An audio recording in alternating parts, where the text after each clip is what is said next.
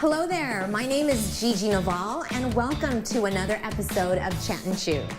Today I have three very fun graduate students from the program Nutrition and Dietetics at Loma Linda University, and we'll get to know them in a couple minutes. However, let me just tell you that our topic today is on good oils.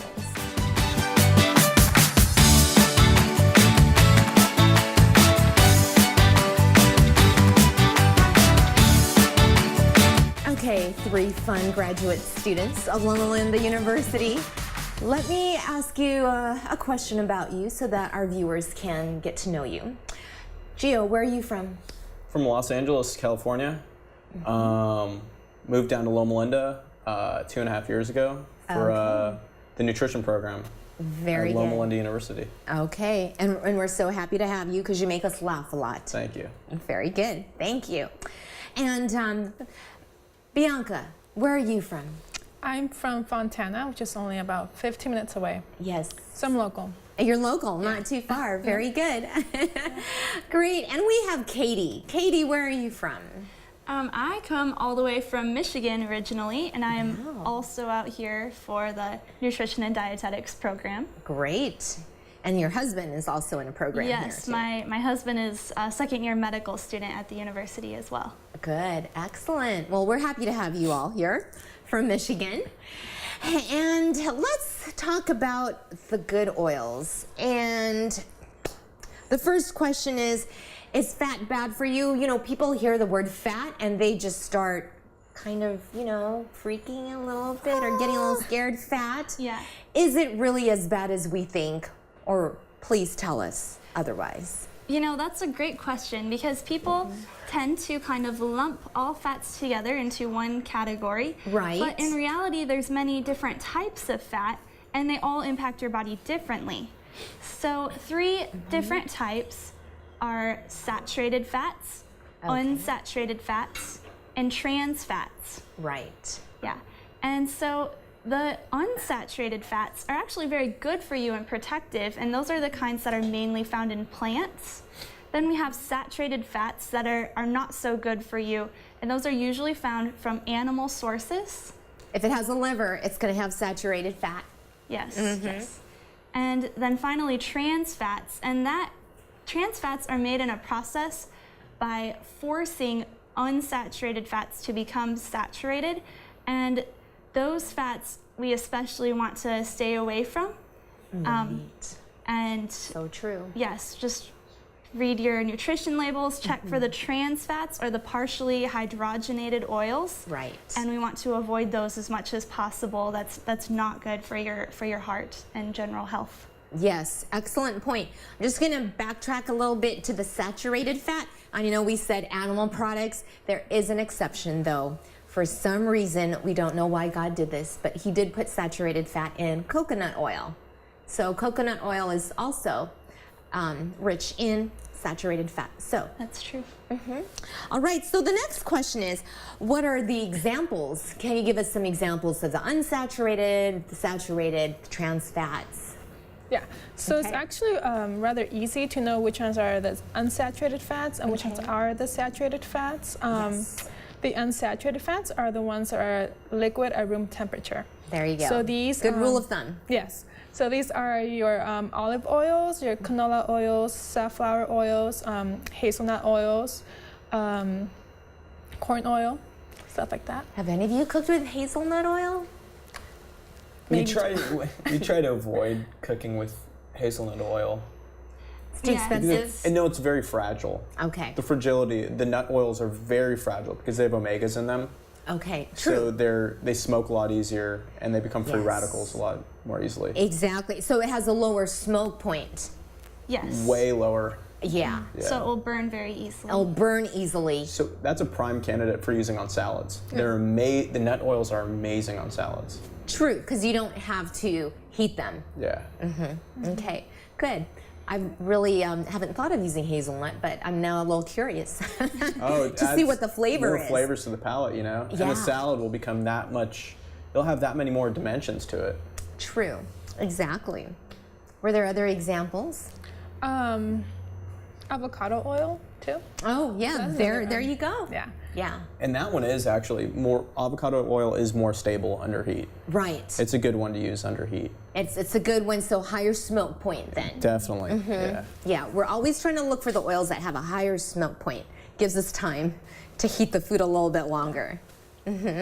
Okay, so what is the difference between refined and unrefined oils?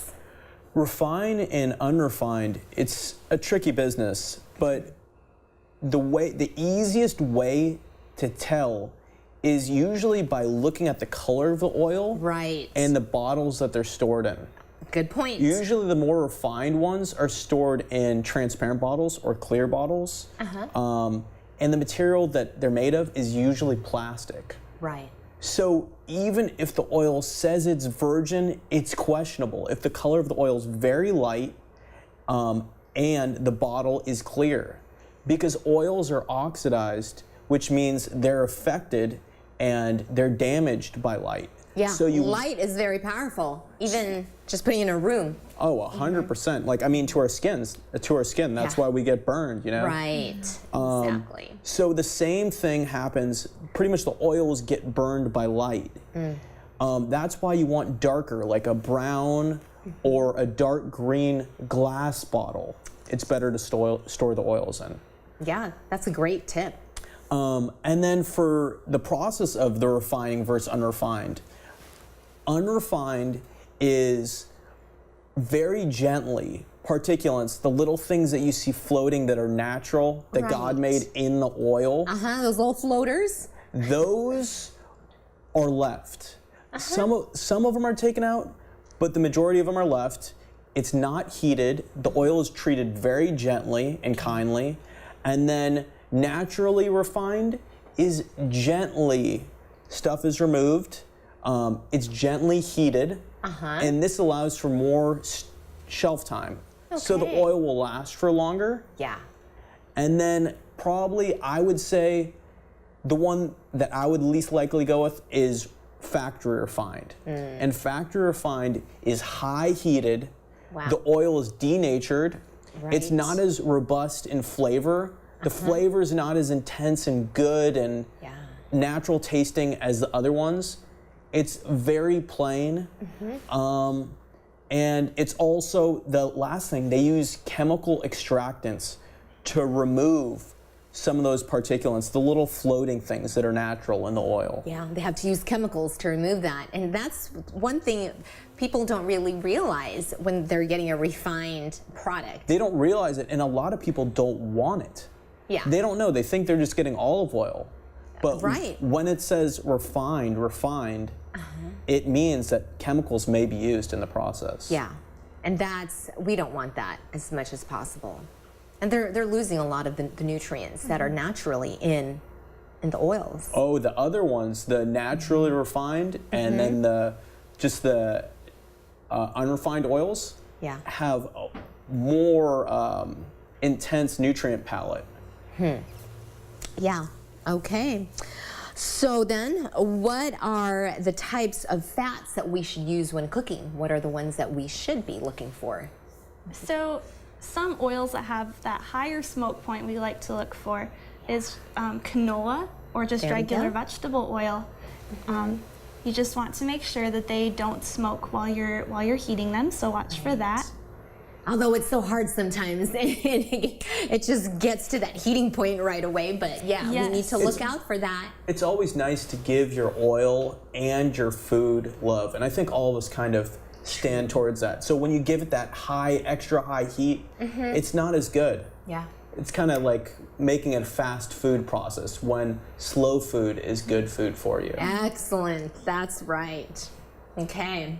Anything else you'd like to share with the good oils to use? Well, just when you're using those oils, canola or vegetable oil, if you just start out on a medium-low heat, don't crank up the temperature way high. Like if you're stir frying something, for example, Right. don't crank the burner up to high because some people like to do that to get the pan hot really fast. But if you just put it on medium-low and just wait a minute, it will heat up and it will be Patience. Patience is a virtue. yes. Right. It will preserve the nutritional value and the flavor of the oil. Very good. Now, when it comes to olive oil, people will say, oh, can I fry with that? What would your answer be? According to Gio's facial expression, it's no. If it's extra virgin olive oil, you should not cook with it at all, right, Gio? Yeah, I would avoid cooking with it because it's very, as you mentioned earlier, it's sensitive to light and heat, and it should be avoided. The taste actually, one way to know when your oil has gone bad is it'll taste burnt. Yeah, exactly. Not only that it smokes, but if it tastes burnt, throw it away. Right. Do not have it.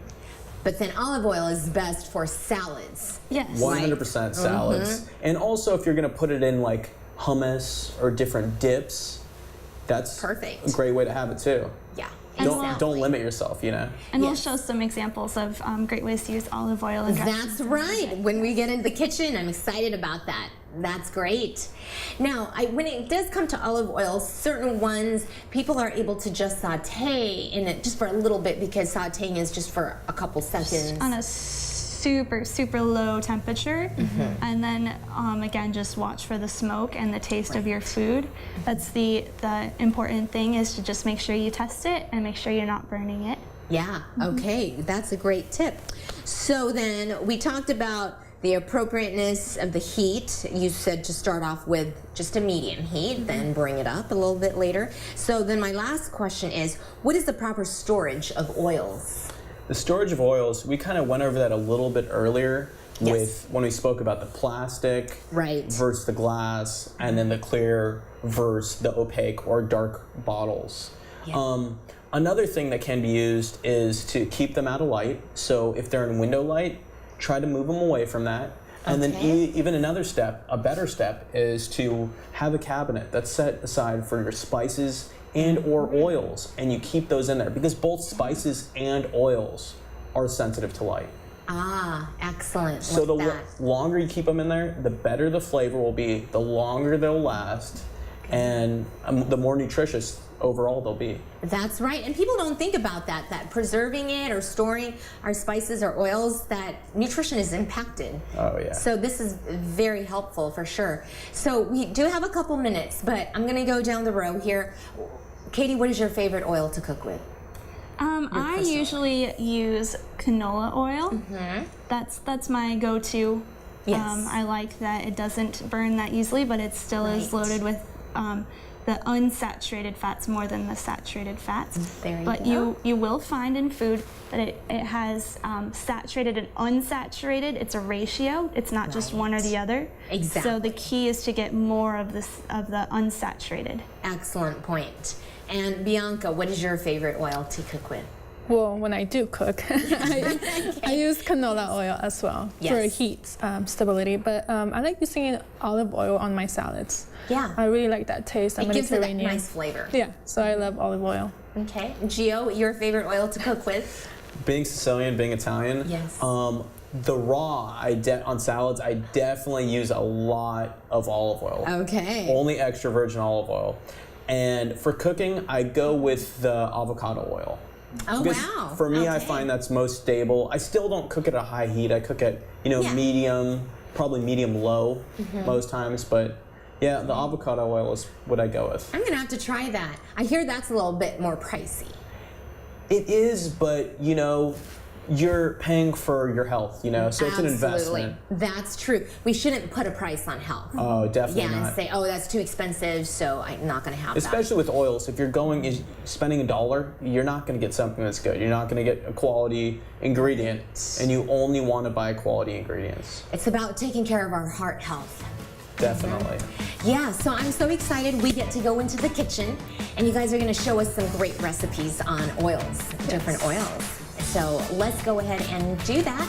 So please don't leave us. We are just going to step into the kitchen, and we're going to see some great, simple, easy recipes that you can do at home.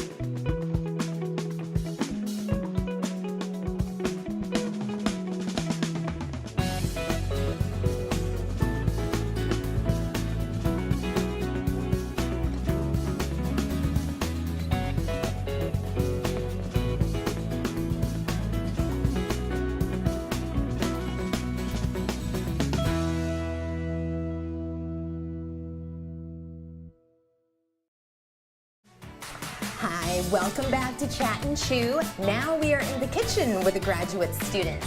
We've been talking about good oils. So now they're going to show us 3 easy, delicious recipes using really good oils.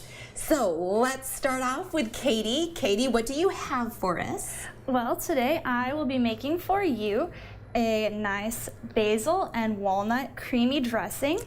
Yum. The name alone sounds wonderful.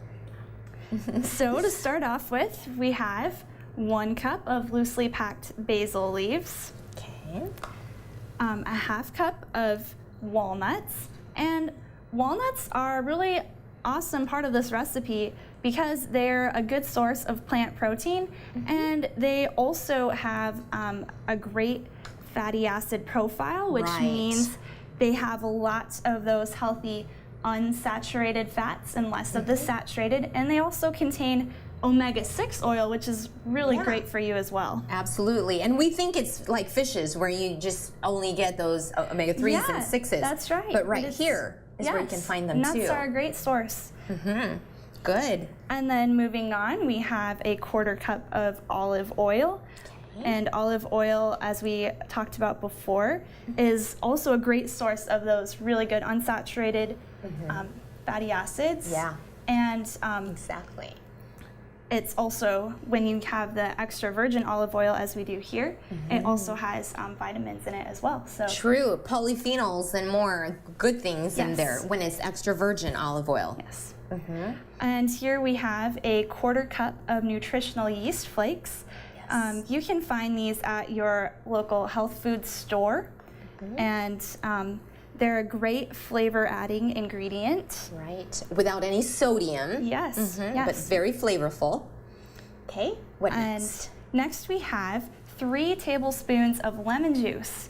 And if you have a fresh lemon, you can squeeze it yourself. Yeah, If not, right. regular lemon juice that you can buy in a bottle at the store is just fine. It's perfect. There you go. Easy. And then 1 clove of garlic, which is great for flavor. And also, if you are at all congested, it's great for helping to clear that up. Nice. So just an add extra that garlic in benefit. there. Yeah. And then just a tiny bit, just about a 1/4 teaspoon of salt. Yeah. And, you know, if you want to leave that out, it would be just fine. True. But you can throw it in for the taste. Yeah, if- a little just- bit's just not a gonna little bit. hurt. True. Okay. And finally, just a little bit of water to make it a little bit more runny, easier to pour. And that's about 2 to 4 tablespoons. And you can kind of be flexible with that depending on how runny or creamy you want it to be. Right. Yeah, some people like it really thick, their dressings, and some Yes. like it to just be just like soup almost. Yes, kind of. exactly. Yeah. Okay, what next now? And then all you have to do is just put all of those ingredients in a food processor or Yeah. a blender. Right. Your little Vitamix. Yes, exactly. Okay. And just blend it for a minute until it's all nice and creamed together. As Okay. you can see here, we have some that's already made. And then you can just pour it on your salad and you're ready to go. Oh my. So let's go ahead and do that. So this is a pretty creamy dressing, but you Yes. could water it down more to make it slightly more runny if you wanted to do that. So Wow, wonderful. there you go, walnut basil Excellent. dressing. Yes, just in the dressing alone, you get a lot of nutrients with all that. Yes, definitely. Great. Okay, thank you, Katie. Next we have Bianca, and tell us about your recipe. So I'm gonna make a cilantro avocado salad yes. dressing. Okay, good. It has more of the Mexican hint to it. I come from a Nice. Hispanic family, so Perfect. we tend to do this at home. Okay. So we're gonna start with a cup of cilantro, cup. fresh cilantro. Okay, and then we do 1/2 cup of water, Okay, sounds good. and then 1/4 of a cup of Greek yogurt, which is really high in protein. So Right. you're getting protein in your dressing, which is good because Yes, most excellent. dressings store about mainly fat. Right. So and we always hear about protein. Why do we need protein? So protein is good for not only for like muscle building, but also like helps us prolong our hunger. So protein. Excellent point. Yeah. So it's good. Sustains you. Yeah, and then for also a good source of calcium. Yes, there you go. Because some people will just eat a salad without a lot of substance, and then they they get hungry right away. Yeah, exactly. But that protein will make them last longer, so they're not voracious Yes. so soon. Yes. So, Okay. good. So then, Okay. let's just get this over. And then we also need garlic. There's your garlic. Okay, So gotta this is have good. garlic. Yeah, especially during the Always. season, which Yes. it's cold nowadays. Right. Okay, We need that extra immune booster. Exactly. So then we have about it's a pinch or tablespoon of teaspoon. I'm sorry. A of teaspoon, salt. yeah. Yes. Mm-hmm. So Tablespoon would be way too much. Yes, Don't yeah. do that out there. No tablespoons of salt. and Too then much. About a tablespoon of lemon juice. As well, you're also using lemon juice. Yes. So it gives it that freshness to it, along with the cilantro. Great. And then for the we use half an avocado. Okay. All these ingredients will make about a 3/4 of a cup to a cup of dressing. So it's Perfect. enough for what, 2 people, 3 people, depending on how Yeah. much. And with that avocado, it's so rich in, With the unsaturated fats, which are the Yeah. good fats for our especially bodies. that monounsaturated fat. Yes. And people always say, or clients have told me, patients have told me, oh, I stay away from avocados because they're so fattening. But, you know, it's heart healthy. Exactly. And if we had it in excess, then of course we'd gain weight. But having it every day and in a nice portion will be protective for our heart, and we shouldn't worry about a thing that it's fatty Yeah. because it's a good fat. Yeah, it's about moderation, right? Yep, that's the key. Yep. Okay, so then we're gonna put all these ingredients into a blender, and Okay. just a few pulses, not too many. It depends how thick or chunky you want it. Right. So then I made it ahead of time, and this is the Very finished good. product. It's beautiful. yeah. It It almost smells looks really like good. yours, like Katie's, a different shade of green, but it's not as creamy looking.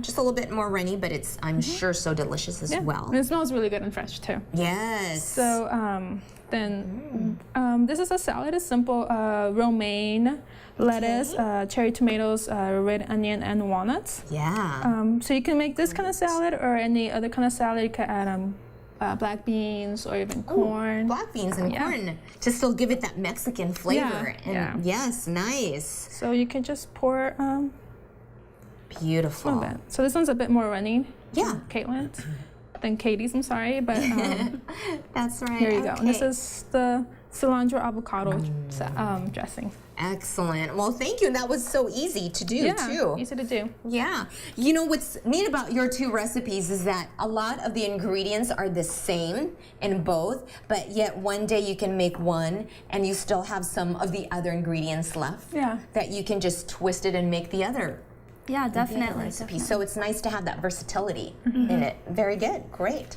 Last but not least, we have Mr. Gio. Gio, please show us, what do you have for us today? Well, today I made a Guggenheim dressing. That's a fancy word, Guggenheim. It is, it is. And It's not English, is it? American? No, well, it pretty much signifies this dressing because this dressing is very versatile. Okay. Has a few ingredients and it has a very robust flavor. Okay. The flavor comes from the olive oil, which is from California orchard up in the Napa Valley. And it's Okay. perfect for Adventists because Adventists can't have the wine, but they can have the olives. There you It's extra virgin. They're perfect. And so for this dressing, it calls for a 1/2 cup of extra virgin olive oil. Okay. And then it calls for 1/4 of an onion chopped. Okay. 1 heaping tablespoon of mustard, 1 teaspoon of cayenne pepper, and then we also have a choice of vinegar, or for people that aren't into vinegar, we also have juiced lemon. There you go. Gives it a nice kick. It definitely does. Me personally, I probably would go with the lemon over the vinegar, just because I try to stay more on the simplistic side, and you know, it came from a tree. Okay.